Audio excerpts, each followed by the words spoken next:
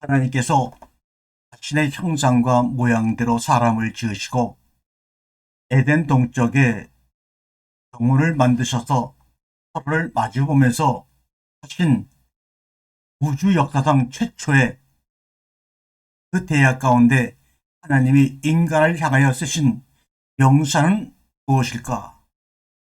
그리고 동사는 무엇일까?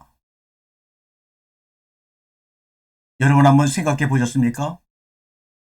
그 하나님과 인류의 첫 대화는 사실 하나님과 인류의 첫 대화가 사실은 저는 가장 극적인 서로 다른 차원에서의 만남 아닙니까? 그 저쪽 차원이 무엇인지 아득하게 알지 못하지만 어머니의 자궁 속에 있을 때 차원과 그 자궁을 열고 나왔을 때 그 차원은 전혀 상상할 수가 없습니다. 아무도 어머니 자궁 속의 10개월 동안의 삶을 기억하는 사람은 제가 아직 보지 못했습니다. 그것보다 더 극적인 흙으로 빚어진 한 피조물이 자신을 지은 그 하나님 앞에서 대화를 나눌 때 얼마나 설레는 마음으로 기대되는 마음으로 그 이야기를 기다리고 있었겠습니다. 물론 피조물인 아담이 먼저 말을 걸 수 있었겠지만 우선적으로 처음 보는 것 같은 그 무언가가 표현하기 힘든 그분 앞에서 먼저 말을 꺼낸다는 것은 아마 우리라도 쉽지 않았을 것입니다. 그래서 하나님께서 그 말꼬를 트십니다. 말문을 트시면서 하시는 그 말이 저는 볼 때 그것이 복음이지, 인류에게 들려진 하나님의 그 소리, 문자의 내용과 해석은 제쳐두고 그 하나님의 음성을 들었다는 것, 흙으로 만들어진 사람에게 생기를 불어넣음으로 그 생기를 따라 그 온몸을 휘저을 수 있는 창조주의 소리가 들렸다는 것 자체가 이건 복음 아니고 뭐가 있습니까? 그때 쓰인 단어가 바로 명사는 부투라는 말입니다. 부투 타무트, 명사를 두 번이나 중간에 접속사를 넣어서 반복합니다. 그런 다음에 동사는 먹으면 이릅니다. 먹는다는 단어는 인류가 흙으로 지음받은 순간부터 가장 인간에게 필수적인 단어요, 본능이 된 겁니다. 죽는다는 것도 인류에게 변함이 없는 누구에게나 똑같은, 지금 하나님께서는 너희가 후에는 서로 빈부차별이 있고 신분의 차별이 있고 여러 가지 서로 나누고 살지만 너희는 먹고 죽는다고 하는 이 두 가지 차원에서 너희는 완벽하게 평등할 수밖에 없어. 흙으로 지어진 눈으로 보지 않고 마음의 눈으로 본다면, 흙의 모습을 너희 가운데서 지어버린다면 너희는 오직 그 안에 나 하나님의 형상과 모양만에 존재하는 평등한 존재들이고 가치 있는 존재들이야. 여기서 동사로 사용된 먹는다는 말은 나중에 우리가 한번 함께 은혜를 나눠보도록 하고, 오늘 명사, 죽음, 무트라는 단어에 대해서 한번 우리가 은혜를 나눕니다. 하나님이 서로 극적인 첫 대면에서 명사로 죽음이란 단어를 썼을 때에는 우리가 생각하고 있는 그 야심한 한도 경험할 수 없고 누구도 앞으로도 경험해 볼 수 없는 그 사망이라는, 죽음이라는 관념에 붙잡혀서 그 프레임으로 보고 해석하려고 하지 말고, 지음받은 피조물과 지으신 하나님의 극적인 대화 속에서 울려 퍼지는 그 죽음이라는 단어 속에서 울려 퍼지는 그 울림이 뭔가?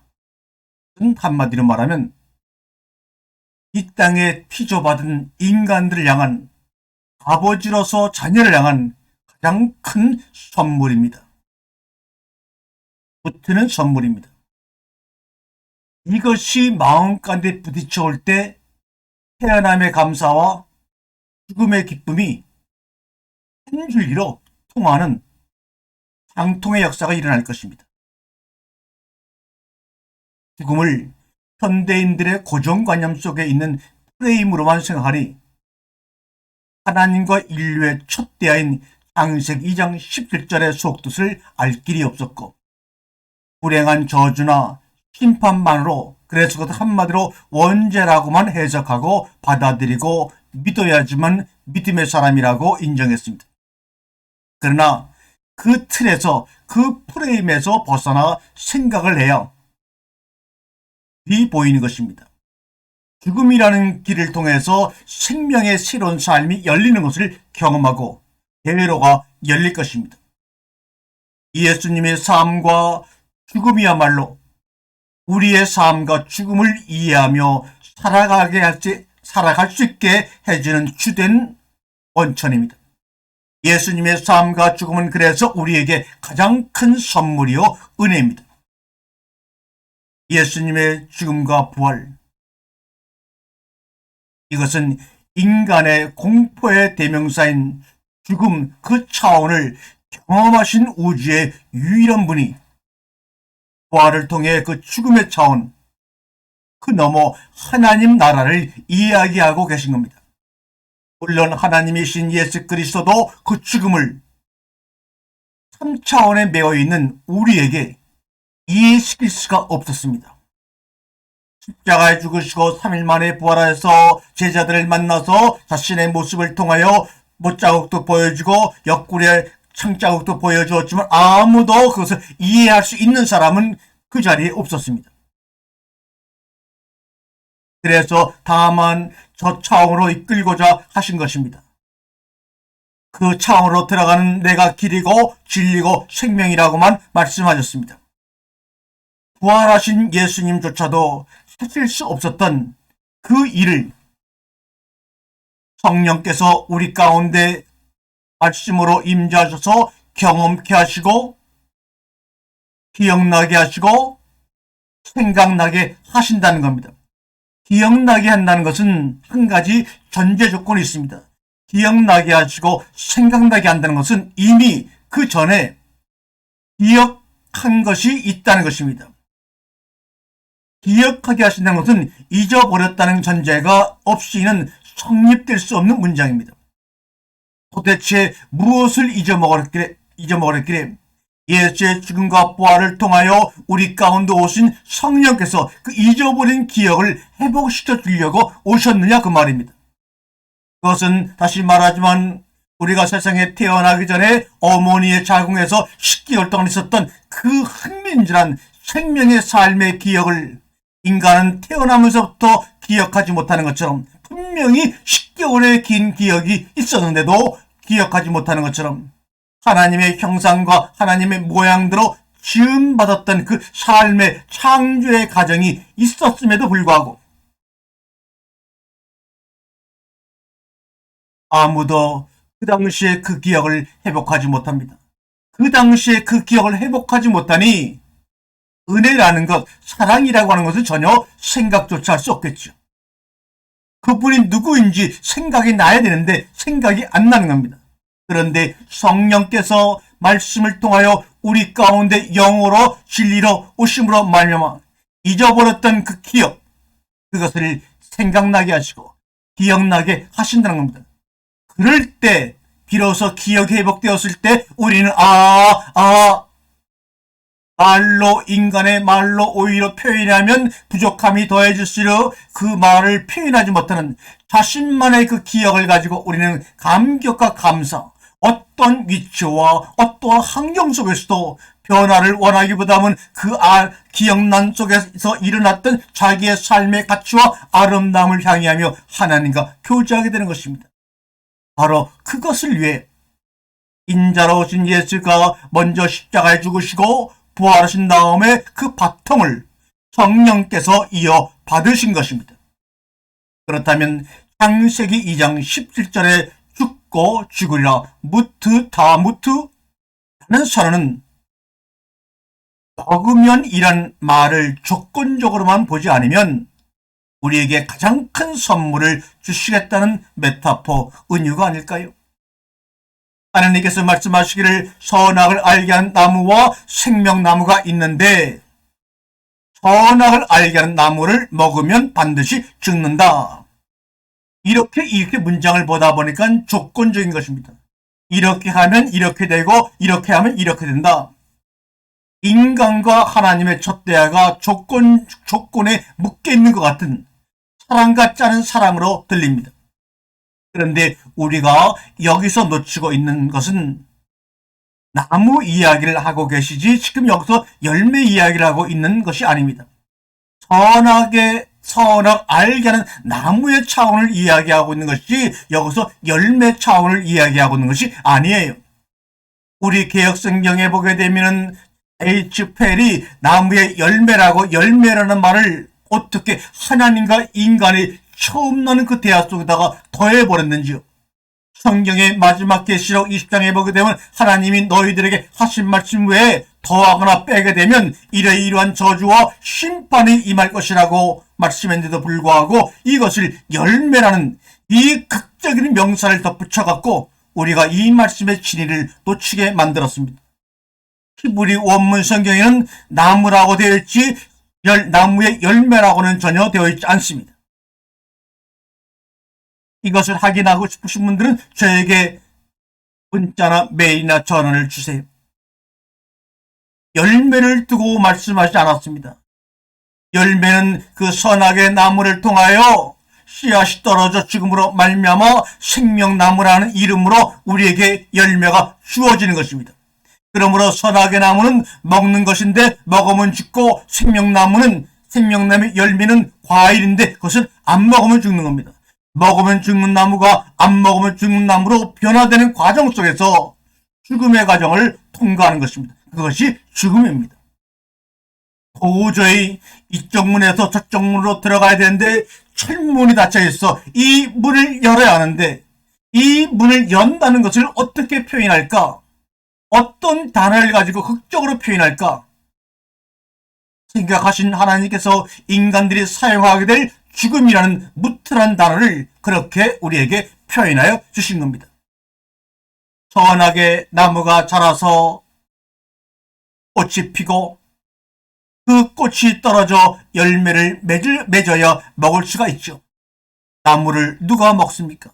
만약에 나무를 먹는다면 현실적으로도 논리적으로도 죽을 수밖에 없거나 아니면 큰 몸에 탈이 나겠죠. 그렇게 해서 맺혀진 바로 그 열매가 우리가 생명나무의 가실이다 이렇게 말합니다. 그런데 그 사이에 꼭 있어야 하는 과정이 바로 씨앗이 땅에 떨어져 죽는 예수님이 씨 뿌리는 비유를 통해서 말씀하신 것처럼 하늘의 겨자씨가 땅에 떨어져 죽지 아니하면 자기 목숨을 사랑하는 자는 죽고 자기 목숨을 죽는 자는 살아난다고 하는 그 이야기를 지금 이렇게 비유적으로 하고 있는데 우리가 이해하지 못한 겁니다.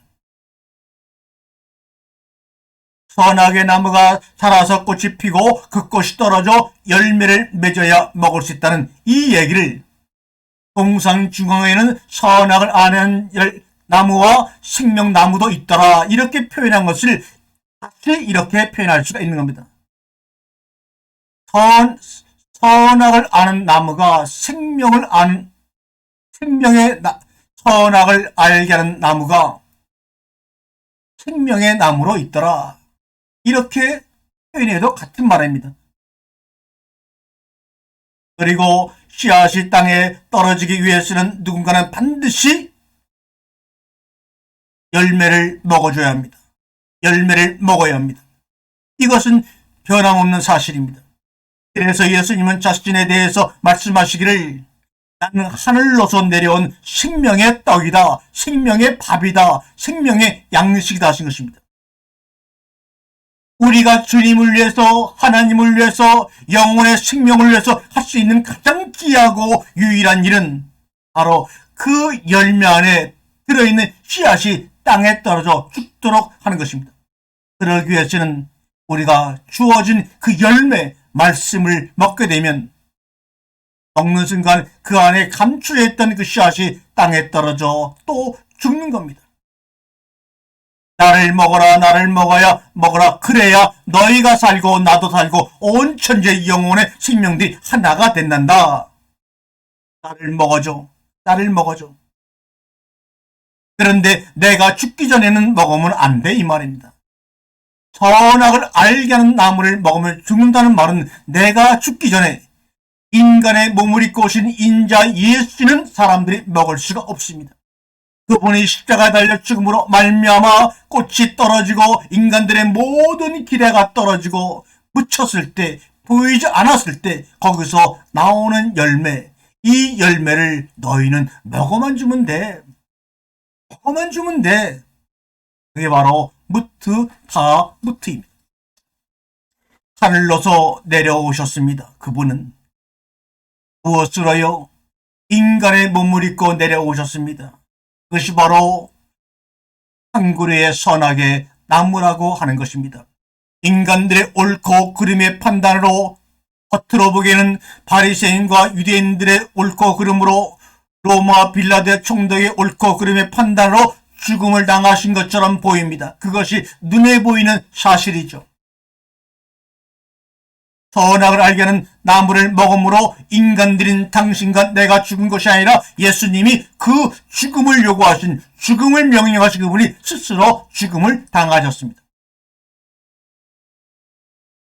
너희들의 그 판단으로 나를 죽게 할 거야.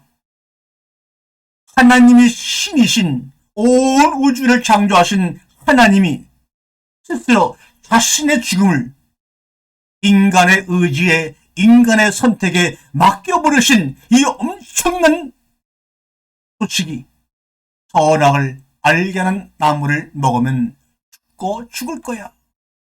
너희들의 그 판단과 너희들의 그 의지로 나를 죽게 할 거야. 자신의 죽음을 인간들에게 허용하신 이 사실이 온 우주를 통틀어 빅뱅이여 블랙홀이 아니고 무엇이겠습니까? 이 얼마나 무시무시한 말입니까? 자신보다 더 사랑하는 대상이 아니군 이런 말을 어떻게 감히 할 수가 있나요? 다른 말로 하면 나는 너를 내 자신보다, 내 목숨보다 더 사랑한다, 이 말 아닙니까? 이게 너희와 내가 하나 되는 길이야. 그게 진리고 그게 생명이란다 말씀합니다. 그런데 우리는 문자상으로 드러난 사실관계만 보고 진리도 진실도 그동안 2000년 동안 수천 년 동안 놓치고 말았습니다. 사실관계에만 겉에 드러난 바닷가의 빙산의 일각만 보게 되면 그게 당연한 것 아니하고 생각되겠지요. 그리고 궁극적으로 그것을 우리의 믿음, 나의 믿음이라고 자신의 스스로의 목숨을 걸고 주장하겠지요. 여기서 목숨을 걸었지, 들이키워 내쉬는 그 한숨을 걸었지 생명을 건 건 아니죠. 생명이라고 하는 것은 바로 하나님 자신입니다. 생명을 던지실 있는 분은 예수님 외에는 이 땅에 아무도 없습니다. 그 나무가 십자가의 죽음을 통하여 열매가 맺혀졌는데 그 열매가 우리에게는 바로 생명나무의 가실, 즉 영원한 하늘의 양식이라는 겁니다. 이것을 주님은 내가 율법을 폐하러 온 것이 아니라 완전케 하기 왔다고 하신 말씀의 소갈입니다. 소갈이 씨알의 생명입니다. 동산 중앙에 생명나무와 선악의 나무도 있더라고 우리 개역성경에는 번역되어 있지만 이것을 이렇게도 번역할 수가 있습니다. 생명나무가 선악을 알게 하는 나무로 있더라. 생명나무의 와와 선악의 나무 와와 도를 가와 로로 바꿀 수가 있어요. 왜요? 그 당시 이 글을 기록할 때 히브리어는 모음이라는 것이 없이 자음으로만 기억됐기 때문에 생명나무와 선악의 나무도 있더라고 한 이 번역을 생명나무가 선악을 알게 하는 나무로 있더라고 번역할 수도 있는 겁니다. 우리는 사랑 안에서 태어났고 사랑 안에서 죽으리라는 것, 우리 존재의 모든 부분이 사랑에 깊이 뿌리 내리고 있으며 사도 바울의 로마서 8장 39절의 말씀처럼 사망이나 그 어떤 피조물이라도 우리를 우리 주 예수 그리스도 안에 있는 하나님 아버지의 사랑에서 끊을 수 없으리라. 이 문장의 최전적인 고백은 바로 아바지요, 아바지요 라고 하는 울림의 외침, 이것이 바로 하나님과 우리 사이에 진행되어 온 복음 복된 소리여 떨림입니다. 아멘.